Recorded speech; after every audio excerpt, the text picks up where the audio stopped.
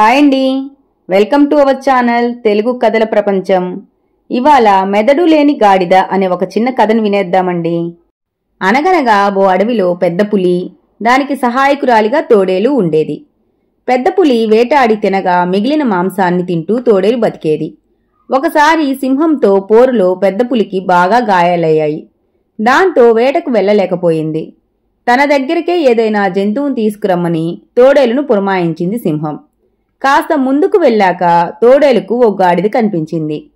దాన్ని చూడగానే పక్కనే ఉన్న పల్లె నుంచి దారి తప్పి వచ్చినట్లుగా గుర్తించింది. ఓ గాడిద, నువ్వు మనుషుల దగ్గర కష్టపడింది చాలు. నా మాట విని మా యజమాని దగ్గరకు వచ్చేయి. నీకు రోజూ మంచి ఆహారం దొరుకుతుంది అని చెప్పింది.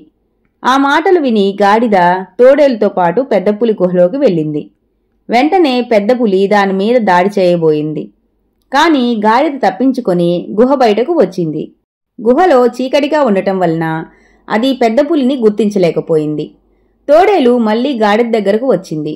ఏదో మాటల్లో పెట్టి అది పెద్ద పులిని గుర్తుపట్టలేదని తెలుసుకుంది. ఆ గుహలో ఉన్నది మా యజమాని. నిన్ను సరదాగా కౌగిలించుకొని అభినందిద్దామనుకుంది. కాని నువ్వేమో ఇలా పారిపోయి వచ్చావు అని చెప్పింది. నిజమా అంటూ మళ్లీ దాని మాటలు నమ్మిన గాడిద గుహలోనికి వెళ్లి పెద్ద పులికి బలైంది. ఎప్పుడు పెద్ద పులి తినగా మిగిలిన మాంసాన్ని తిని కడుపు నింపుకునే తోడేలుకు ఈసారి గాడిద మెదడు తినాలన్న కోరిక కలిగింది. అందుకే, పులిరాజా, మీరు వేటాడి అలసిపోయారు.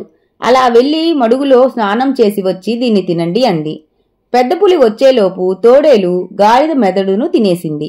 కాసేపటి తర్వాత పెద్ద పులి వచ్చి, అదేంటి, ఈ గాడిదకు మెదడు లేదేంటి, ఎవరు తిన్నారు అని అడిగింది. ఈ గాడిదకు అసలు మెదడు లేదు పులిరాజా. ఉంటే రెండోసారి కూడా ఈ గుహలోకి వచ్చేదా అంది తోడేలు. ఆ మాట నిజమేలే అనుకున్న పెద్ద పులి తాను తినగలిగినంత తిని మిగతాది తోడేలుకు వదిలేసింది. ఇంకా కథ కంచికి మనం ఇంటికి. ఈ కథ గనక మీకు నచ్చితే please like, share and subscribe to my channel friends. By by.